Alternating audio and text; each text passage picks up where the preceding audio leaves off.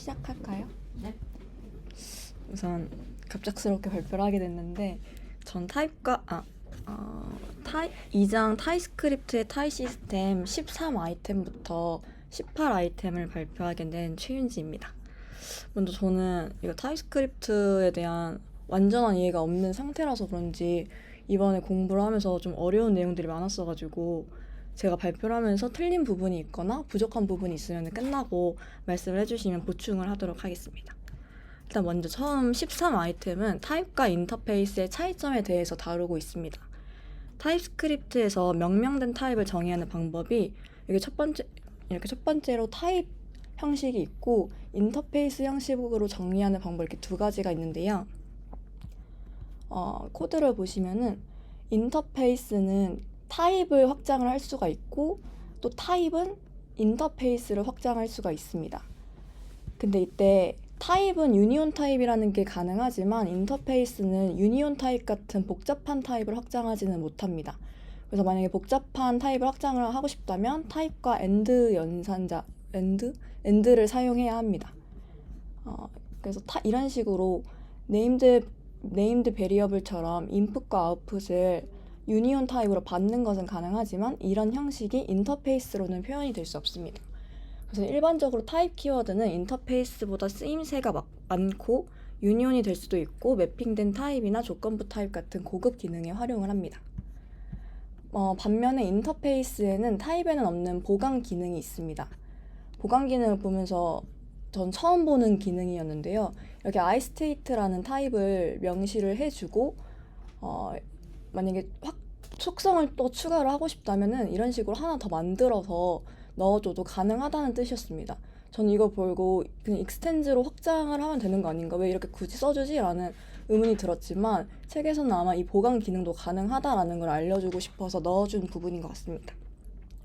그래서 이 위의 예제처럼 속성을 확장하는 것을 선언 병합이라고 하고 이 선언 병합은 주로 타입 선언 파일에서 사용이 되는데 이 내용은 6장 내용에 나올 예정이라고 합니다.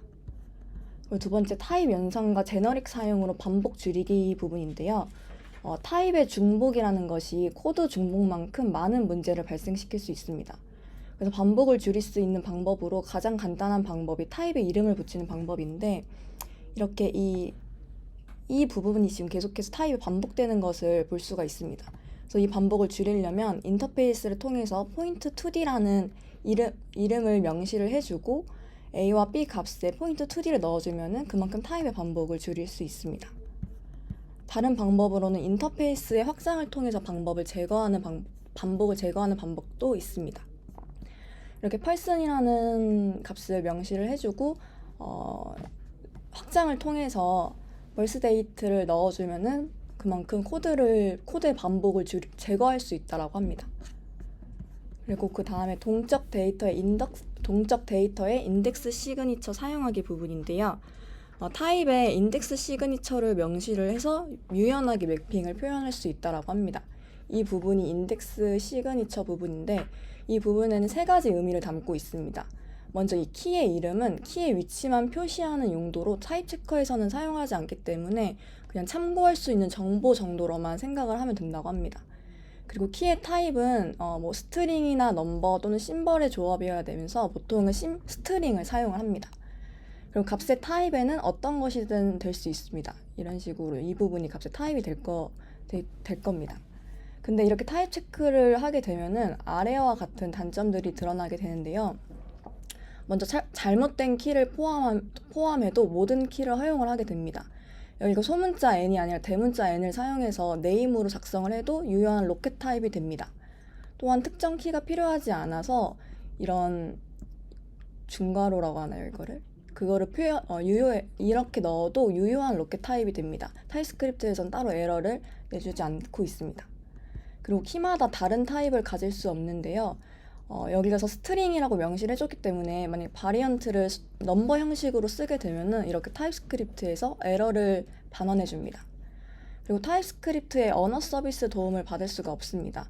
그래서 키에는 무엇이든 값이 들어갈 수 있기 때문에 네임을 입력을 하게 되더라도 자동 완성 기능이라든지 그런 기능이 따로 안 뜹니다.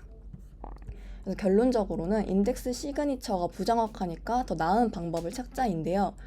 만약에 로켓이 인터페이스인 경우를 책에서는 알려주고 있습니다. 로켓을 인터페이스로 명시를 해주게 되면은 자동 완성 기능도 쓸 수 있고 또 스트링이 아닌 다른 다른 타입도 속성에 추가를 해줄 수 있기 때문에 위에서 얘기했던 인덱스 시그니처 단점이 모두 커버됩니다. 그렇다면 인덱스 시그니처는 언제 사용하면 좋을까를 책에서는 알려주는데요. 동적 데이터를 표현할 때 사용을 하고 런타임 때까지 객체의 속성을 알 수 없을 경우에만 인덱스 시그니처를 사용하도록 하자라고 책에서 알려주고 있습니다. 그 다음은 넘버 인덱스 시그니처보다는 어레이나 튜플, 어레이 라이크를 사용하기 부분입니다. 먼저 자바스크립트에서 객체의 키는 문자열 또는 심벌만 가능한데요. 넘버 타입의 키로는 접근이 불가능합니다. 우리가 보통 배열의 넘버 타입으로 인덱싱에는 넘버를 쓰지만 이게 사실상 자바스크립트 엔진에서는 내부적으로 형 변환이 돼서 이런 식으로 스트링 형식으로 나오는 것을 알 수 있습니다. 대표적인 예로 배열을 하나 만들고 오브젝트.keys를 통해서 그 키 값에 접근을 하게 되면은 이런 식으로 스트링 형식으로 나오는 것을 통해서 자바스크립트 엔진에서 내부적으로 형 변환을 해주고 있다는 것을 알 수 있습니다. 그래서 먼저 간단한 넘버 인덱스 시그니처 예제 코드를 하나 가지고 왔는데요.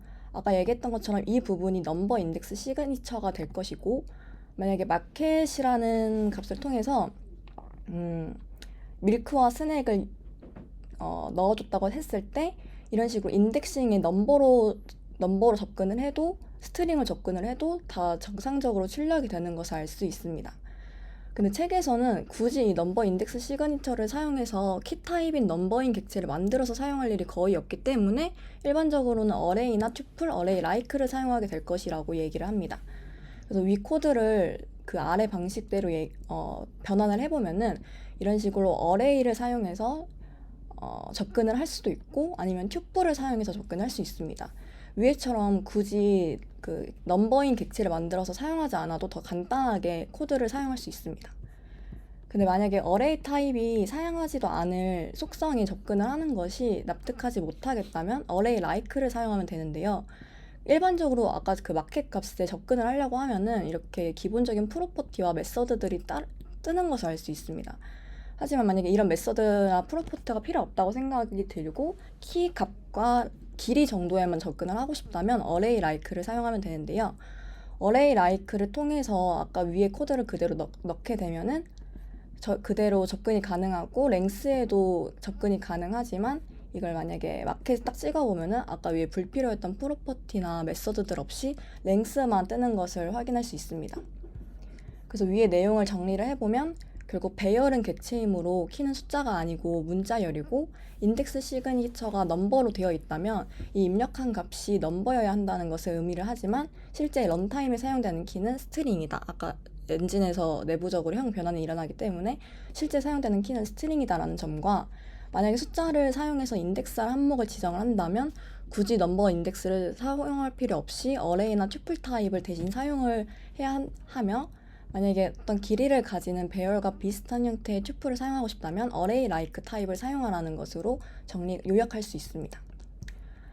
그 다음에 변경 관련된 오류 방지를 위해서 리드 올리 사용하기 부분인데요.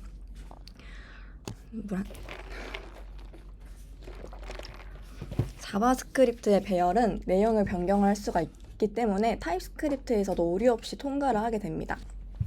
그래서 오류의 범위를 좁히기 위해서는 이 리드 올리 접근 제어자를 사용해서 이 어레이썸이 배열을 변경하지 않는다는 것을 선언을 해줍니다. 이게 무슨 말이냐면 이렇게 어레이썸이라는 함수가 있고 넘버스가 리드 올리 넘버리라 즉 변경을 하지 않는다라고 선언을 해주면은 밑에서 이 넘버스를 푸시나 팝과 같은 메서드를 통해서 변경을 해주려고 할 때 보이는지 모르겠지만 이 리드 올리 넘버 배열 형식이 푸시 속성이 없다라는 에러가 뜹니다. 반대로 이 인덱스에 접근을 해서 그 값을 바꿔주려고 해도 이 리드 올리 넘버 배열 형식이 인덱스 시그니처는 읽기만 허용된다라는 에러가 뜹니다. 즉 이 리드 올리를 사용을 하게 되면은 그 배열을 바꾸지 못한다라는 것을 명시를 해주는 정도로 이해를 했습니다. 이거는 그 위에 코드를 그대로 가지고 온 거고요. 그래서 위 코드에서 넘버스 배열을 리드 올리로 선언이 되어 있기 때문에 일단 변경이 불가능하고 이 어레이썸 함수는 배열의 합을 계산하는 데 사용이 됩니다. 그래서 이런 식으로 리드 올리를 넣어주게 되면은 이 배열의 함수 내에서는 읽기 전용으로만 사용이 될 수 있습니다. 그래서 만약 변경을 시도를 하면 타입스크립트 컴파일러가 해당 코드를 이렇게 에러로 처리를 해주게 됩니다. 리드 올리 넘버 배열은 타입이고 넘버 배열과는 또 다른 특징이 있는데요. 먼저 배열의 요소를 읽을 수는 있지만 쓸 수는 없다는 점과 랭스를 읽을 수는 있지만 바꿀 수는 없다는 점입니다. 왜냐하면 랭스를 바꾸게 되면 배열을 변경하기 때문입니다. 그리고 배열을 변경하는 팝이나 푸시 등과 같은 다른 메서드들을 호출할 수 없습니다. 그리고 마지막으로 매핑된 타입을 사용해서 값을 동기화하는 방법인데요.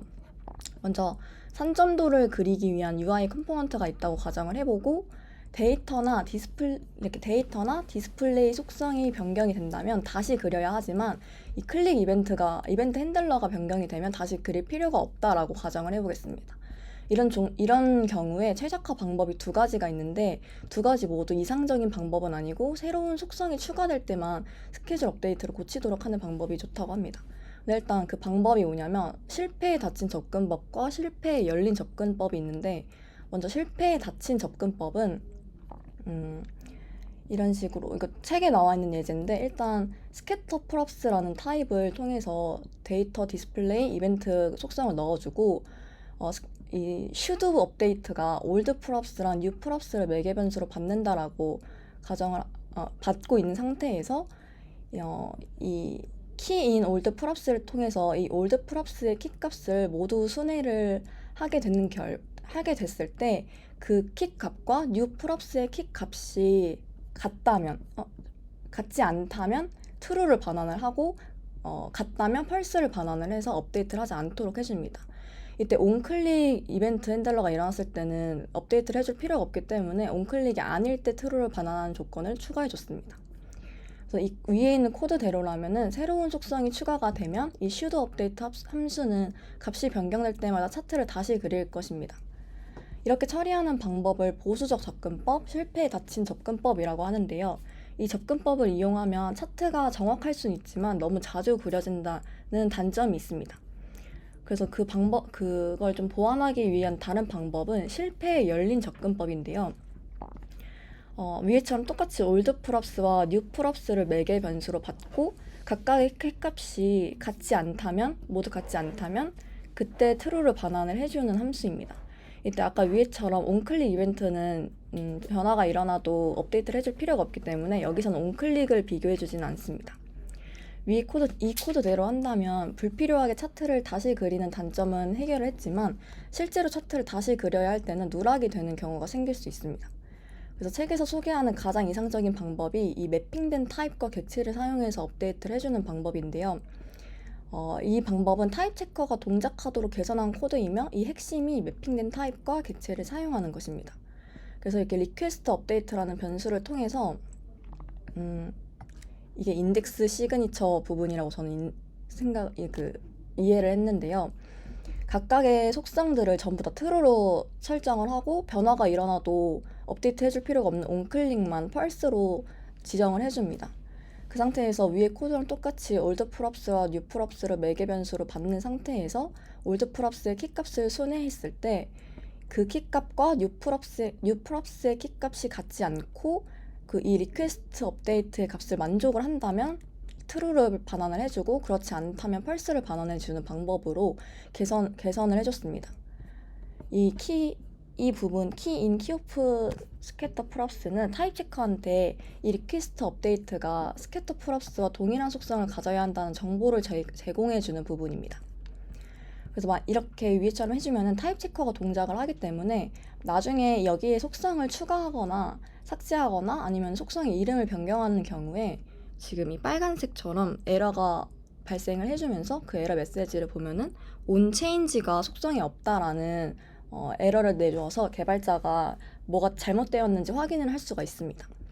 그래서 정리를 해보면 매핑된 타입을 사용해서 관련된 값과 타입을 동기화하도록 해주었고 인터페이스에 새로운 속성을 추가할 때 선택을 강제하도록 매핑된 타입을 고려해야 한다라고 합니다.